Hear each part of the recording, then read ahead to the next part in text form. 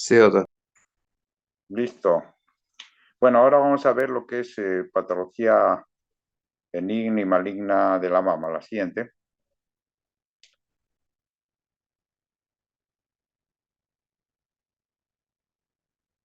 Bueno, la patología de la mama pues es muy variable, hay mucha patología, ¿no?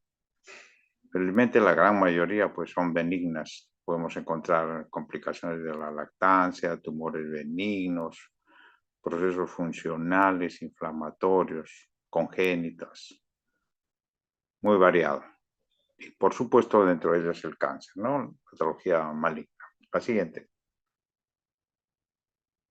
Dentro de las congénitas tenemos politelia, polimastia, telia. ¿Qué significa esto? Pues presencia de múltiples pezones, varias mamas, falta de pezón, falta de mama, un poco más raro, pero quizás politelia y polimastia más frecuentes que a veces pasa desapercibido y no se percatan, ¿no? Ah, no, tengo un lunarcito ahí y es un probable pezón multifocal, ¿no? Igual las mamas, ¿no? La siguiente, como ustedes ven ahí, hay más pezones en la línea media clavicular. La siguiente, glándulas mamarias accesorias, generalmente en la región axilar. Polimastia. La siguiente, amastia, ¿no? Falta de mama, o sea, congénitamente han nacido así. En todos estos casos, el tratamiento es fundamentalmente estético, ¿no? Con mayor razón, claro, en estas amastias, fundamentalmente estético, que ahora se hace reconstrucción mamaria y bueno, todo ello, ¿no? La siguiente. Hay también patología del crecimiento, ¿no? Hay hipertrofia mamarias, hipoplastia mamaria, o sea, mamas pequeñas, mamas grandes, y ahora hay una diversidad de tratamientos para esto desde el punto de vista también estético, ¿no? La siguiente. La siguiente. Y también hay lesiones inflamatorias. La mastitis aguda y mastitis crónica. O sea, la mastitis, esto es importante porque encuadra dentro de uno de los famosos diagnósticos diferenciales de cáncer, mastitis, ¿no? Ahora, esta mastitis, la mastitis aguda, generalmente está relacionada con el parto, la lactancia, pero la mastitis crónica no. Y a su vez, esta mastitis crónica puede ser a gérmenes comunes o a un proceso específico.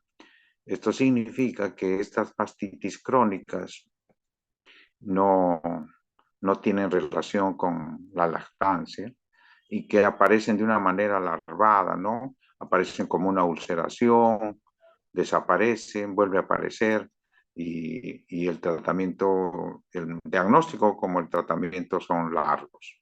Ahora, por supuesto, si se diagnostica que es una específica, una TBC, tiene que recibir el tratamiento como para un proceso específico.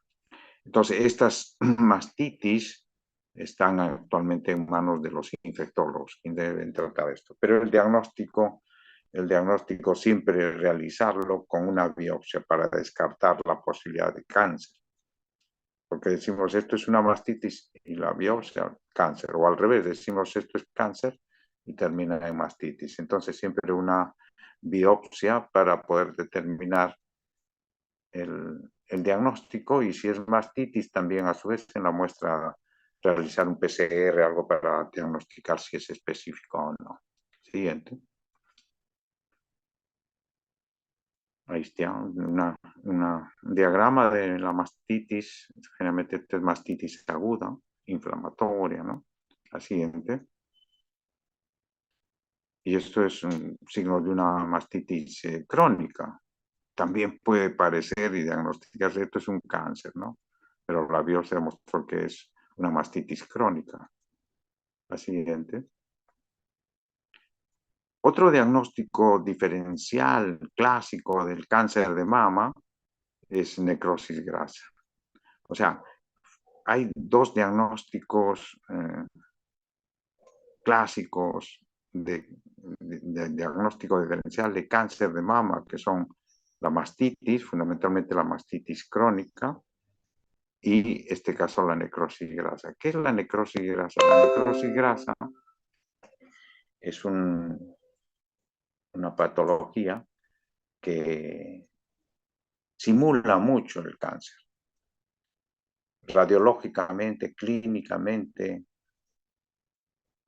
todo indica que es cáncer. Entonces, la única manera de diagnosticar es mediante la escisión, o sea, el retiro de este tumorcito, que tiene como antecedente un trauma, ¿no? Puede ser un trauma, un golpe, todo, pero también trauma quirúrgico, o sea, cirugías previas. Ahora que hay tanta cirugía plástica en la mama, mucho se ve de necrosis grasa y, o sea, es como una fibrosis, crea un tumor y clínicamente todo hace sospechar un cáncer, ¿no? Entonces, la manera de diagnosticar es mediante histología y la mejor forma es llevarlas a las operaciones y realizar una biopsia por congelación. Siguiente. Entonces, esto es una necrosis grasa, antecedente de traumatismo, y las características son exactamente igual que para un cáncer. Siguiente. Radiológicamente, muy parecido al cáncer. Siguiente. Y hay también la patología de la enfermedad fibroquística o quistes de la mama. En esto, los quistes de la mama, como ustedes saben, algunos lo consideran que es una patología funcional, que en realidad no es un trastorno, sino es parte del ciclo menstrual, porque antes de la menstruación aparecen estos quistes y luego de la menstruación desaparecen. Entonces, es como si la mama se preparara, así como el útero se prepara para una posible embarazo, la mama también. Y entonces, por eso es que indicamos y sugerimos que el autoexamen de la mama debe ser 8 días después de la menstruación, ¿no? Para no confundir, porque generalmente antes de la menstruación se palpan tumoraciones que vienen a ser estos quistes. Pero hay algunos de estos quistes, la siguiente, que no desaparecen, ¿no? Y se quedan ahí. Entonces, el manejo es aspirar estos quistes, ya lo vamos a ver luego. Entonces, dentro de los tumores benignos tenemos ya los tumores sólidos, fibroadenoma, filoides, papilomas, ectasias, y bueno, dentro de los malignos el carcinoma, ¿no? La siguiente. Ahora, solo por la edad y, y tumor, dos parámetros importantes, podemos ya presumir, hacer una presunción diagnóstica. Si es una mujer joven, menos de 20 años, 25 años, y presenta tumor en la mama, podríamos inducir pensar que es un fibroadenoma. Pero si es una mujer que está entre 30 y 40 años con tumoración en la mama, podemos sugerir y pensar que es un quiste. Pero toda mujer que tenga tumor o tumoración y edad mayor de 40 años, debemos sospechar y pensar siempre que es cáncer, hasta no descartar lo contrario. Entonces, y no pensar al revés, sí, esto es algo benigno y lo manejamos como un tumor benigno, entonces cometemos un grave error. Entonces, esto, claro, de repente no todos van a ser especialistas, pero sí todos debemos saber conducir a un paciente, ¿no? Esto es una tumoración, tú tienes 47 años, acá hay que la posibilidad de que pueda ser cáncer, entonces derivarlo al especialista, ¿no? Pero la idea primigenia es que piensen así. La siguiente. Esto es más o menos lo que les decía, ¿no? Filoadenoma, quistes y cáncer. La siguiente. Ahora, para hacer el diagnóstico de la patología de mama, ya como todas las patologías, pues la historia clínica, la enfermedad actual, el examen clínico, pero dentro de los métodos auxiliares, la mamografía, ecografía, resonancia, hay muchas de estas cosas. Pero claro, el método auxiliar más usado es la mamografía, pero la mamografía tiene sus limitaciones, ¿no? Ahora han mejorado con esto de la tecnología que nos dice 3D, 2D, esto ha mejorado, ¿no? Pero en todo caso, cuando nosotros manejamos y vemos un tumor de la mama, tenemos que elaborar un plan de trabajo. Dentro de ellos puede ser la mamografía, la ecografía, y generalmente al final tenemos que terminar haciendo una biopsia. Lo importante es saber qué tipo de biopsia. Antes no había esta aguja trucato, aguja core, que nos da un diagnóstico histológico. Entonces, las biopsias generalmente era incisión, o sea, sacar un pedacito del tumor, o excisión, retirar todo el tumor, ¿no? Entonces, ahora esta aguja core ha modificado muchísimo nuestro plan de trabajo y entonces es una aguja que nos da diagnóstico histológico y que no modifica el pronóstico del paciente, ¿no? La siguiente. Entonces tenemos para el manejo del tumor mamario el examen clínico, la evaluación, la mamografía y la biopsia, tres pilares importantes. La siguiente. En el examen clínico, pues como hemos dicho, vemos la edad, las características propias del tumor, todo lo que significa tumoración, ¿no? No solo específico para la mama, sino en general. La siguiente. Ahora, dentro de también las características sensorios, quísticos, los bordes, dimensiones, si están fijos o no, todo eso tenemos que valorar dentro de la presentación de una tumoración o un tumor en la mama. Siguiente. La forma de presentación, síntomas asociados. Y entonces acaba lo importante, que el examen clínico, solo con el examen clínico podemos establecer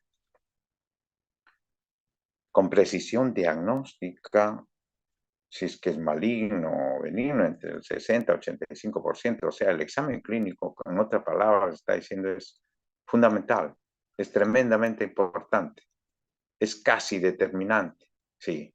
Entonces, no olvidemos de esta importante manejo, ¿no? Porque ahora nos hemos acostumbrado, se están acostumbrando los médicos modernos, que todo es resonancia, tomografía, y todo le llenan de exámenes auxiliares y creen que eso les va a dar el diagnóstico.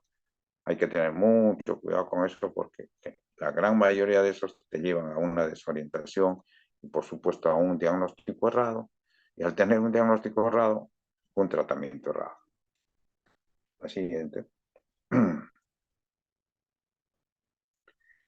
Dentro de los quistes de la mama o enfermedad fibroquística tiene estas series de nombres, pero la más común es la mastopatía fibroquística o enfermedad fibroquística, ¿no? Que son los quistes de la mama. Siguiente. Esto, como les mencioné, es dentro de los cambios cíclicos de la menstruación, los cambios hormonales, entonces hacen que se produzca esta formación de quistes. En algunos, como unas tumoraciones muy grandes, ¿no? La siguiente. Entonces puede haber dolor, puede haber hipersensibilidad antes de la menstruación y después de la menstruación esto disminuye, ¿no? Ahora, la gran mayoría de estos son cíclicos, pasan, algunos quistes se quedan ahí grandes, hay que aspirarlos, pero hay un pequeño porcentaje pequeño porcentaje que no disminuyen, son repetitivos, producen dolor. Entonces, en esos casos a veces hay que dar tratamiento médico, antiestrogénicos, fundamentalmente como el tamoxifen que se usa para el cáncer de mama, también se puede usar para esta mastopatía fibroquística. Siguiente.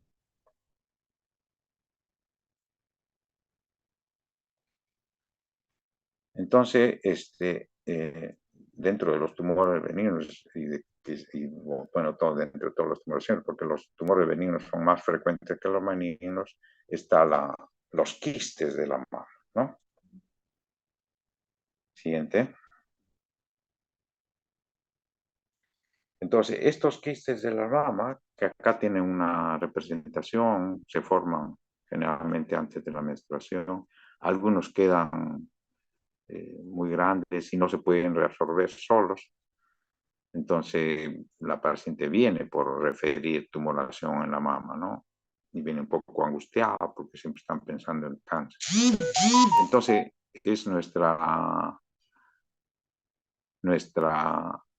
precisión diagnóstica la que nos va a orientar a qué debemos hacer. La siguiente. Y entonces, cuando tenemos la presunción diagnóstica de un quiste, podemos aspirarlo con una jeringa común y corriente y va a salir un líquido seroso, entonces eso nos dice que realmente estamos en el diagnóstico. Aspiramos, pero hay que tener un detalle, que después de la aspiración tenemos que reexaminar a la paciente, como se fijan ahí, y no debe haber quedado nada de tumoración. Si es así, listo, el problema está solucionado. Pero si en caso hubiera una tumoración residual o algo residual, entonces ya el trabajo, el plan de trabajo es diferente, porque en ese caso ya no es un simple quiste, sino que habría que hacer una biopsia de ese componente sólido, ¿no? Siguiente. Acá, como ustedes ven, es un quiste, se aspira, están viendo ahí en la realidad cómo es el color ceroso. La siguiente. Y entonces, ¿qué debemos dar tratamiento para la mastopatía fibroquística? Bueno, generalmente es, como les dije, manejo de observación, pero en algunos casos tenemos que usar antiestrogénicos como el tamoxifen.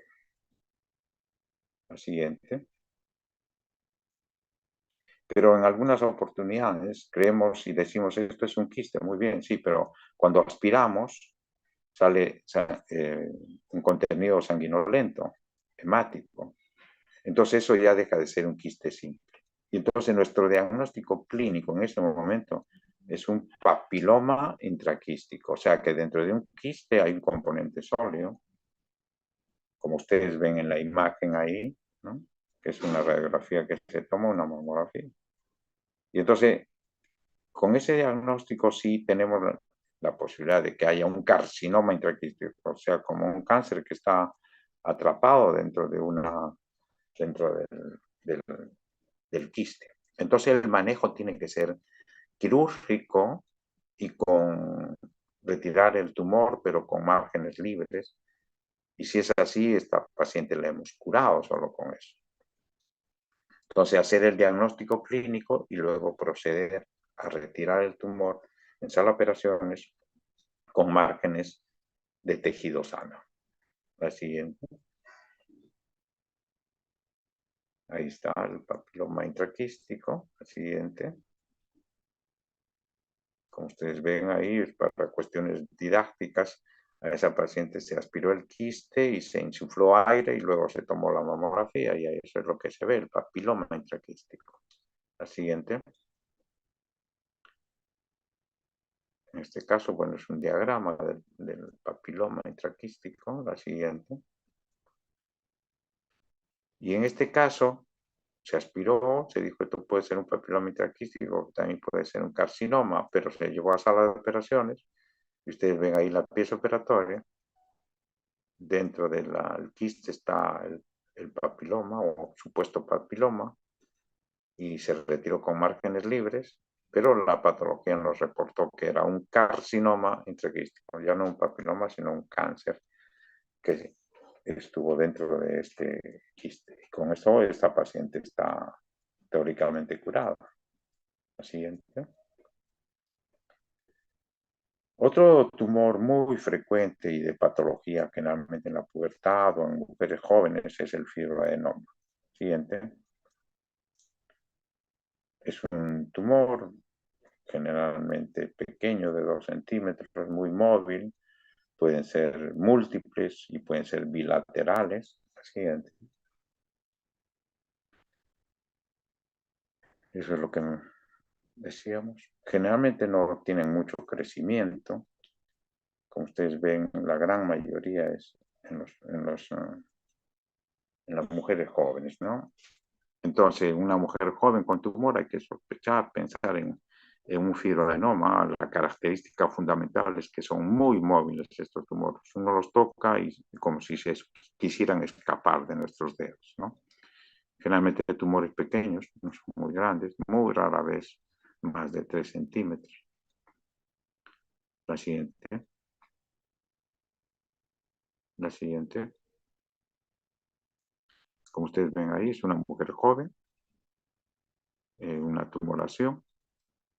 Se retira, es un color blanco nacarado. Se hace una tumorectomía y el patólogo nos informa de que es un fibroadenoma. La siguiente. En este caso, múltiples nodulaciones, múltiples fibroadenomas. Siguiente. Ahí están, múltiples fibroadenomas. Siguiente. Dentro de los tumores benignos también está el tumor filodes. El tumor filodes en realidad no es tan benigno como su nombre lo puede decir. En realidad este tumor es como un primo hermano del fibroadenoma. ¿Qué características tiene? La característica fundamental es que este tumor filoide, que tiene un componente epitelial y también un componente sarcomatoso, o sea, un componente de tejido fibroso. Este tumor, la característica importante, como mencionábamos, es que tiende a recurrir, o sea, si no se les retira ese tumor con márgenes libres, tiende a haber recurrencia, o sea, un tiempo vuelve a aparecer y cada vez que reaparece va cambiando el G y al final puede terminar como un sarcoma. Entonces, estos tumores filoides hay que manejarlos bien desde un inicio. Ahora, estos tumores filoides generalmente se presentan en mujeres de 40, 45 años de edad. Son únicos, son más grandes, 4, 5 centímetros y de crecimiento progresivo. Entonces, hay un pequeño grupo de estos tumores filoides que son tumores filoides malignos, que le llaman. Entonces, estos desde el inicio pueden dar metástasis y se comportan como un sarcoma. O sea, no como un carcinoma, sino como un sarcoma. Siguiente. Es la edad de presentación. Siguiente. Con TV. Unilateral. Tumores grandes. Tumor filoides, ¿no? Siguiente. Como les decía, el tumor filoides, para mí mal llamado benigno, porque siempre hay que tener precaución. Los tumores benignos solo habría que hacer tumorectomía, pero en estos casos hay que retirar con márgenes libres, ¿no? Siguiente. Bien, eso es en cuanto a los tumores benignos. Pero hay otra parte del manejo de la patología mamaria, que es la secreción por el pezón. Muchas mujeres vienen por secreción por el pezón. Entonces, esa secreción puede ser de diferentes tipos. O sea, siempre es importante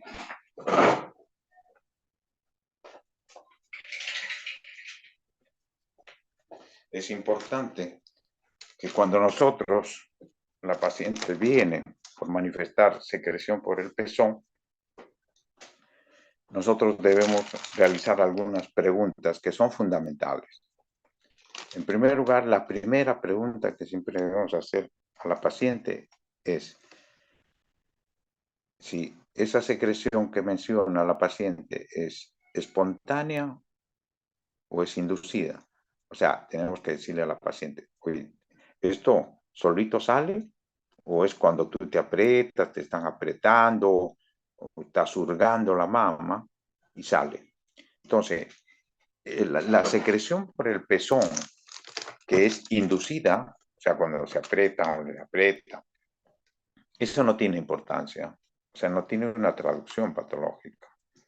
Pero sí tiene la secreción por el pezón espontánea. Entonces la paciente viene y te dice, sí, doctor, amanezco con mi brasier o mi ropa manchada o durante el día mancha. Muy bien. Solo esa pregunta ya nos orienta. Nos dice, sí, esto puede ser patológico. Entonces, la otra pregunta que tenemos que hacer seguido de eso es, ¿qué tipo de secreción es? Lechosa, amarilla, sanguinolenta. Entonces, con esas dos preguntas ya podemos tener una orientación diagnóstica. Si nos dice que es lechosa, pues bueno, puede ser, ¿a qué puede ser? Está dando el lactar, una probabilidad. Si es purulenta, que hay un absceso. Si es amarilla, cerosa, bueno, puede ser una ectasia ductal. Si es rosada o cero sanguinolenta, puede ser un papiloma. Si es sanguinolenta, podría ser cáncer. Si es en una acuosa clara, cristal de roca, patrón homónico de cáncer. Entonces, solo con ese tipo de preguntas nosotros podemos ir teniendo una presunción diagnóstica. Siguiente. Uno de los más frecuentes de las secreciones por el pezón es la ectasia ductal. La ectasia ductal es una dilatación de los conductos terminales, que le llamamos, ¿no? O sea, confluyen al pezón alrededor de 18 conductos terminales. Y la dilatación de estos conductos puede presentar esta secreción. Entonces, esto es una secreción cerosa, media amarillenta. Y esto se puede corroborar mediante la ecografía, la ectasia ductal, o sea, la dilatación de los conductos terminales, ¿no? Ya vamos a ver luego, este tipo de secreciones tienen una conducta habitual que tenemos que hacer. La siguiente.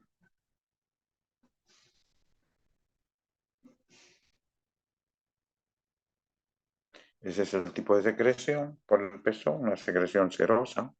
Es sinónimo de que sea una ectasia ductal. Clínicamente es una ectasia ductal, dilatación de los conductos terminales. La siguiente. Ahí estamos explorando esta ectasia ductal, una secreción amarillenta, perdón, otra secreción. La siguiente. Ahora, dentro de la secreción por el pezón hay otra patología también que se llama el papiloma intracanalicular, que significa que es un tumorcito que se desarrolla dentro de los conductos. Esto, que sin manifestación presenta, es una secreción espontánea, cero sanguinolenta, puede llegar a ser sanguinolenta, y esto nos hace pensar en un papiloma intracanalicular. La siguiente. Ahora los papilomas, ahí está, como hay ese flujo medio hemático, los papilomas intracanaliculares, el 99% que son benignos, pero puede haber un mínimo porcentaje, una mínima posibilidad de que ese papiloma sea un carcinoma. Siguiente. El absceso, ya hemos dicho que cuando sale pus por el pezón hay un absceso. Y el papiloma intraductal ahí en ese diagrama, ¿no? Siguiente. Ahí está, segregación cero hemática. Siguiente. Igual ahí, al examen clínico. Siguiente. Igual. Y esto es debemos hacer una expresión radiada para buscar probablemente el conducto dañado. En el caso de las posmenopáusicas, pues esto ya no tendría mucho valor porque tenemos que retirar todos los conductos, ¿no?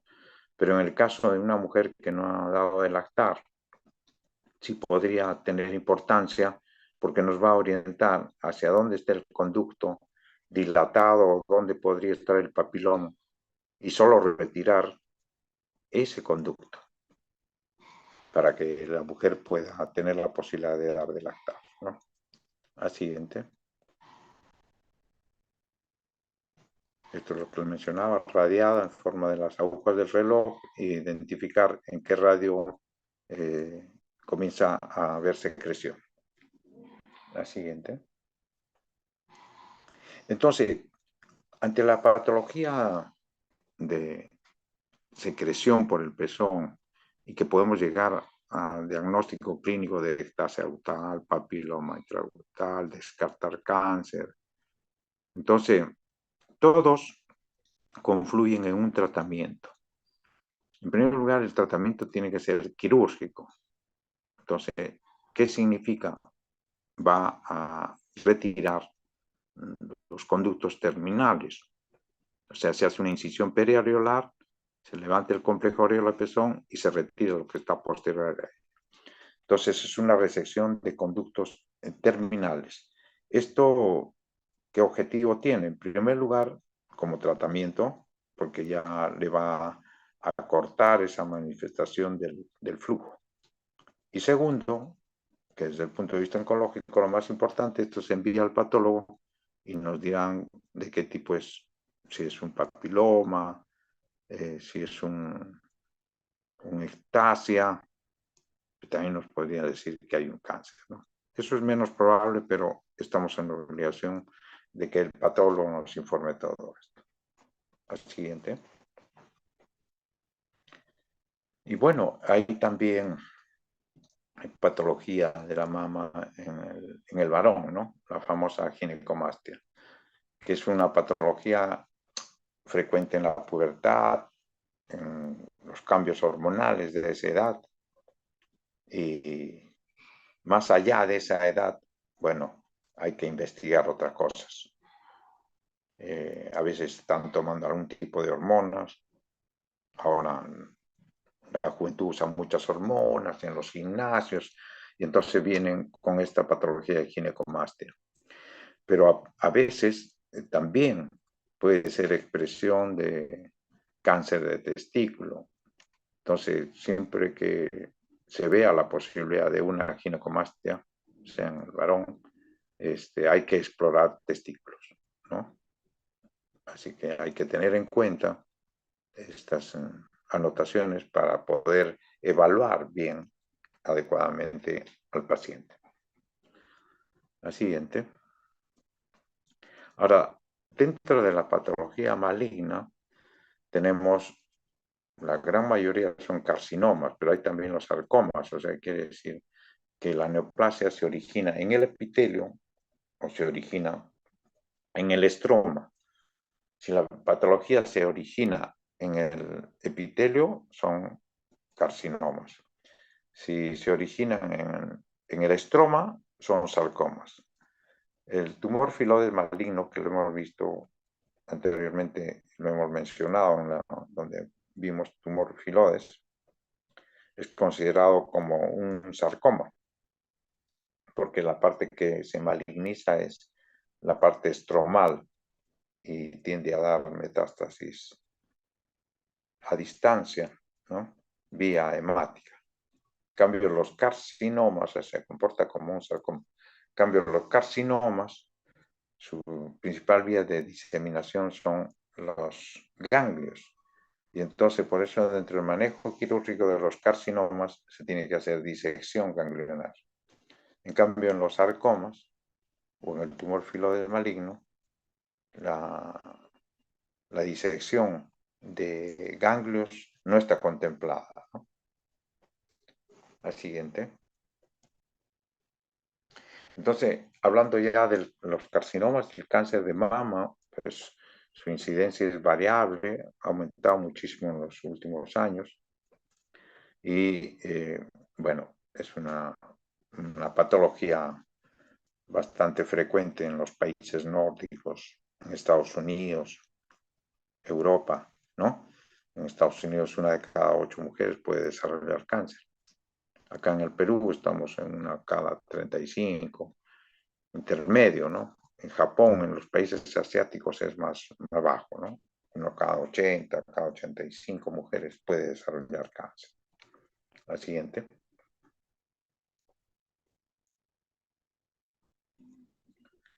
Entonces, dentro de los carcinomas, como cualquier cáncer, siempre hay lesiones premalignas y a las infiltrantes. Entonces, dentro de las lesiones premalignas está el carcinoma ductal in situ, como se llama, y la enfermedad de Payet. Bueno, entre los infiltrantes, de acuerdo a su origen, al tipo histológico, puede ser ductal o puede ser lobulillar. Siguiente.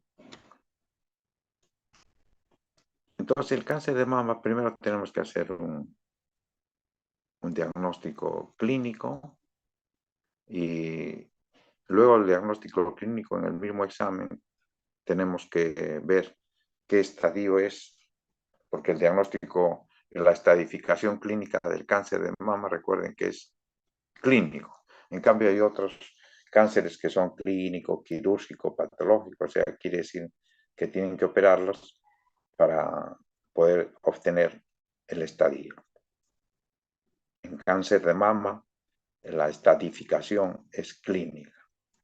Luego de ello, mencionábamos hace un momento que dentro del plan de trabajo tiene que hacerse una biopsia. Ahora, con esa biopsia ya se obtiene el tipo de cáncer, actualmente la inmunohistoquímica, y con ello se declara el tratamiento a seguir o el plan de trabajo. Siguiente.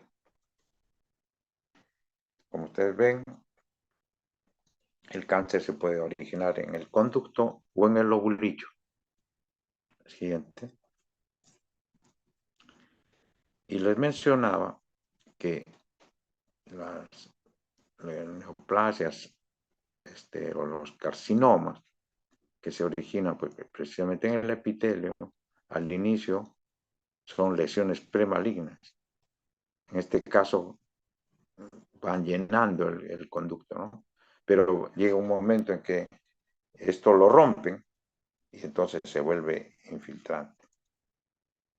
Eso ya significa que puede tener la posibilidad de dar metástasis. Mientras está en el conducto, mientras está como lesión premaligna, no tiene opción de dar metástasis. En cambio, cuando rompe la membrana y se va hacia el estroma, ahí hay vasos sanguíneos, vasos linfáticos que pueden tener la posibilidad de llevar estas células neoplásticas y dar metástasis. La siguiente. Igual, como ustedes ven ahí, cáncer invasivo, cáncer in situ o lesiones premalignas. Está bien, la siguiente. Y dentro de las lesiones premalignas hay una enfermedad importante que no puede pasar desapercibida que se llama la enfermedad de Payet del pezón. Ojo, también hay enfermedad de Payet de la vulva, ¿no? Pero en este caso vamos a hablar de la enfermedad de Payet del pezón, que la paciente viene por una laceración, una ulceración del pezón. Y el médico que la ve generalmente le dice, ya, esto es un eczema, le da cremitas, lo trata por 15 días, no mejora, lo sigue tratando, van 2 meses, cambian de médico, les dicen, sí, vamos a darte otro tipo de crema, que es un eczema. Entonces, Ante ello, como les decía anteriormente, la idea es orientar bien a los pacientes. Si una lesión de estas del pezón no mejora en 15 días, hay que realizar una biopsia quirúrgica, o sea, retirar una parte del pezón con tejido sano para que el patólogo nos diga. Si eso es una enfermedad de Payet del pezón, es una lesión premaligna. Por lo tanto, se le realiza el tratamiento y queda propiamente curada. Ahora, el tratamiento antes todo era mastectomía porque hay que retirar el complejo areola-pezón. Pero actualmente, bueno, hay que seguir retirando el complejo areola-pezón, pero se puede conservar la mama y es lo que se llama una cuadrantectomía. Y después realizar una reconstrucción del pezón, ¿no? La siguiente, enfermedad de Paille del pezón, tiene diferentes manifestaciones. La siguiente. Entonces, al inicio también mencionábamos la edad como un dato importante, ¿no? Y la edad como factor de riesgo para cáncer de mama sigue siendo fundamental. Claro, la gran mayoría de los cánceres se presentan por encima de 50 años, ¿no? En cambio, en las mujeres menos de 30 años es poquísimo probable que puedan presentar o tener cáncer, ¿no? Aunque ahora se ven cada vez en más mujeres más jóvenes, ¿no? Pero ahí como factor de riesgo la edad, ¿no? La siguiente. Ustedes ven una mujer de edad con tumor en la mama, tenemos que pensar que es cáncer, hasta no demostrar lo contrario, y no al revés, ¿no? La siguiente. Entonces, los tumores malignos presentan esta retracción espontánea. Hacemos levantar la mano a la paciente y ahí se ve esa retracción espontánea de la piel, ¿no? Y es que detrás de eso hay un tumorcito maligno. La siguiente. Retracción. Y esta es una retracción inducida, o sea que nosotros la buscamos. Que ya sabes dónde está el tumor, entonces lo comprimes la piel para buscar ese podríamos llamarle hoyito, ¿no? Es como una retracción, que se llama retracción inducida, porque nosotros la buscamos. La siguiente. Retracción espontánea, o sea, no tenemos que realizar nada. Esta es una retracción del pezón, otra característica de cáncer de mama. Pero ojo, hay que tener en cuenta que esto también produce mastitis crónica y también necrosis grasa. Siguiente. Bueno, en este caso es obvio, ¿no? Cómo el cáncer ha consumido la mama y se presenta el tumor ahí. Al siguiente. Esto también, ¿no? El cáncer está consumiendo la mama y tiene una ulceración. En la cuestión de mastitis les mostré una foto de una paciente que tenía las características como si fuera cáncer. Si comparamos con esta foto es muy parecida, ¿no? Pero este es cáncer y la otra era mastitis. A la siguiente. Bueno, el carcinoma inflamatorio de la mama, que es un cáncer especial porque no se presenta tumor, pero está por debajo de la dermis en los linfáticos de la dermis. Y produce este signo, que es el signo de piel de naranja. O sea, hasta se asemeja a la cáscara de una naranja, ¿no? Con estos hoyitos. La siguiente. Ahí está, para que se muestre más de cerca. La siguiente. Carcinoma inflamatorio de la mama. La siguiente. Y bueno, estos son los estadios, pues es difícil que pedirles a ustedes esto, pero tener en cuenta que los estadios están de acuerdo al tamaño del tumor, a la presencia de ganglios, a la metástasis a distancia. Entonces eso hay que evaluarlo. La siguiente. Entonces, al inicio mencionábamos algunas formas de cómo podemos diagnosticar. En este momento, el manejo más importante de poder hacer el diagnóstico del tumor de la mama es mediante la aguja trucada. La siguiente, que viene con un aditamento especial para poder disparar. Es una aguja un poquito gruesa, se pone un poquito de anestesia en la piel. La siguiente. Y entonces esto es como un tubo que va a entrar al tumor y va a recoger y nos va a obtener un tejido histológico. Con eso hacemos este diagnóstico histológico del cáncer de mama. La siguiente. La otra herramienta importante es la mamografía, ¿sí? Entonces, la mamografía nos sirve para evaluar una normalidad, pero también la mamografía es el instrumento ideal, es el único instrumento que tiene para cáncer de mama de método de screening o de detección, ¿no? Así como el Papa Nicolau en cáncer de cuello uterino o la prueba del papilomavirus en mama es la mamografía. Pero cuando queremos hacer diagnóstico también es útil la mamografía. Entonces, es una prueba que la tenemos bastante en cuenta, ¿no? La siguiente. Ahí está, nos muestra las mamas. La siguiente. Y quizás solo para recordarles, esto lo deben haber visto en radiología, pero la clasificación, el informe de la mamografía se estandarizó ya hace unos años, cuando nos dicen VIRAS 1, VIRAS 2, VIRAS 3 o VIRAS 4 y VIRAS 5 significa que tenemos que hacer biopsia. En cambio, VIRAS 3 en 6 meses nos dice. En cambio, si nos dicen VIRAS 1 o VIRAS 2, es totalmente benigno y después el control puede ser al año. VIRAS 0, el VIRAS 0 significa que el radiólogo mediante la mamografía no puede establecer un diagnóstico. Por lo tanto nos dice, oye, mejorarle una ecografía o mejorarle una resonancia.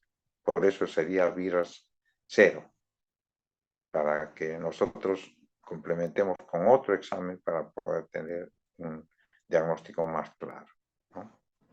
Y VIRAS 6, también hay VIRAS 6, es cuando ya se ha establecido mediante biopsia que es cáncer y le están tomando, le están pidiendo una mamografía. Muy bien, la siguiente. Bueno, creo que eso sería todo. No sé si tienen alguna pregunta, alguna duda. Sí, doctor. Dime. Quería saber qué es más frecuente en mujeres jóvenes, si la mastopatía fibroquística o el fibroadenoma. Bueno, el fibroadenoma es un tumor muy frecuente en mujeres en la pubertad, o sea, 20 años, antes de los 20 años. Pero en una mujer de 30 años, el tumor más frecuente es el quiste, no hay duda de eso. Entonces tú tienes que diferenciar en la edad, ¿no? Si me dices una mujer joven menos de 20 años, pues puede ser fibroadenoma. Pero si es una mujer más de 20 años, entre 20 y 35 años, no hay duda que la tumoración más frecuente son los quistes, ¿no? Gracias, doctor. Bueno, otra pregunta. Doctor, sí, buenas tardes. Tengo una pregunta. El tratamiento para la enfermedad de Payet mencionó que era la mastectomía, pero aparte de eso dijo que había otro procedimiento. ¿Cuál era el nombre? Es la cirugía de conservación, esa es lo que le llamamos ahora una centralectomía. Hay que retirar el complejo areola-pezón, ¿no? La parte central de la mama. Se conserva la mama, el resto del tejido mamario, pero queda sin complejo areola-pezón. Después se puede hacer una reconstrucción del pezón o un tatuaje, ¿no? Pero necesariamente tiene que salir el complejo areola pezón. Eso se llama, así como hay cuadrantectomía, todo ese procedimiento quirúrgico se llama centralectomía. Ya, doctor, O muchas sea, gracias. para la enfermedad de Payet es tratamiento quirúrgico, o sea, no hay quimioterapia, no hay radioterapia, nada. Es tratamiento quirúrgico. Y el tratamiento quirúrgico puede ser mastectomía total o centralectomía como cirugía de conservación.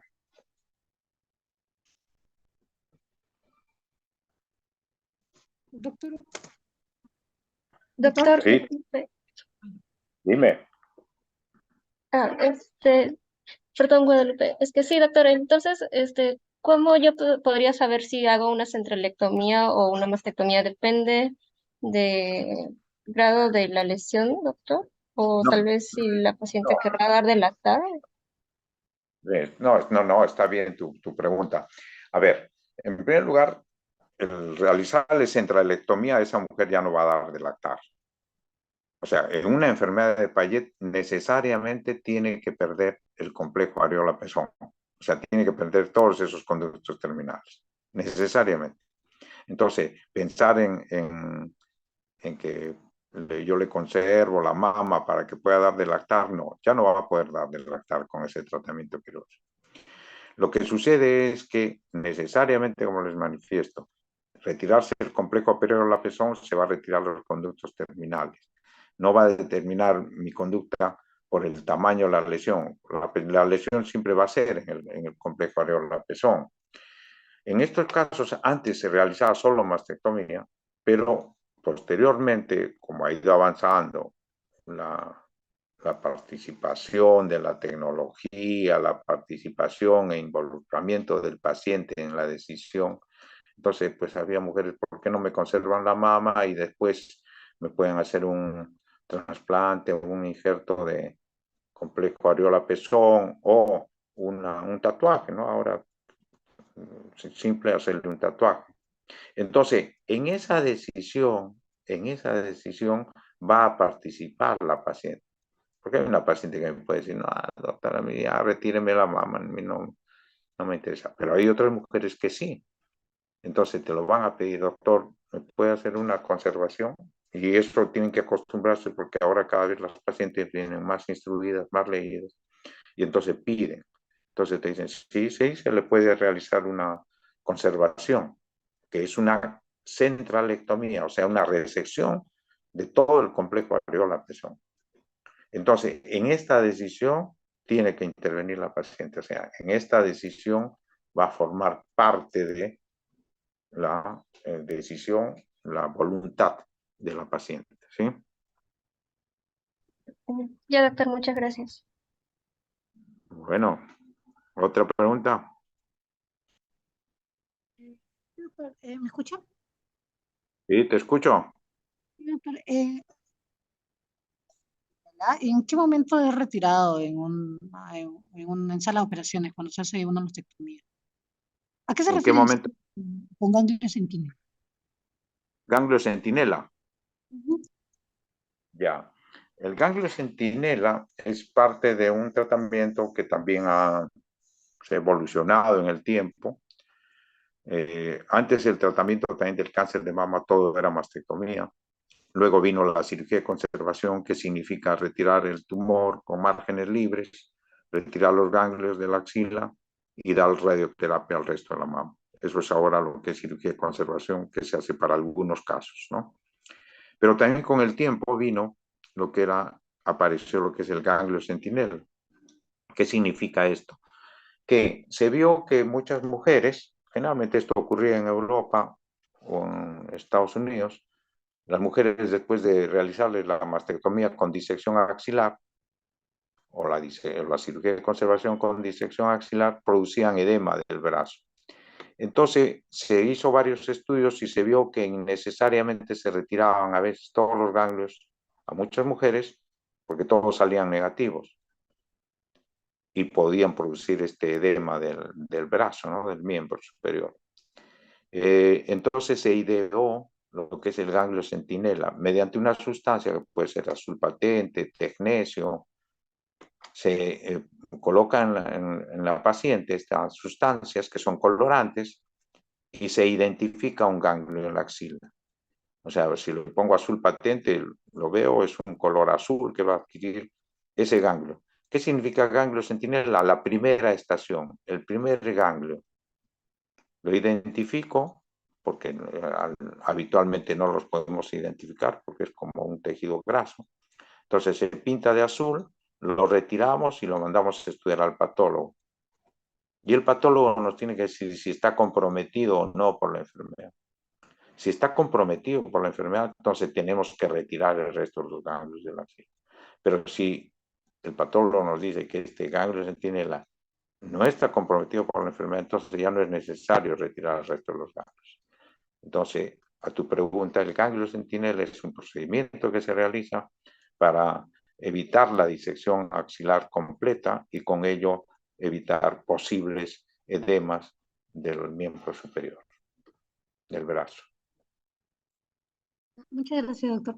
Lo entendí perfectamente. ¿Qué más?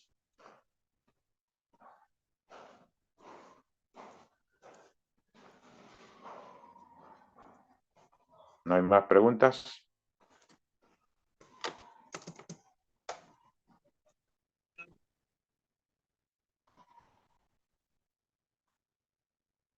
¿No hay más? Aparece ya no, doctor. Ya no hay más, entonces. ¿Está todo claro? ¿Sí, Diana? Sí, doctor. Listo. Entonces, ya las preguntas quedarán para el examen, pues, ¿no? ¿Cuándo es este examen?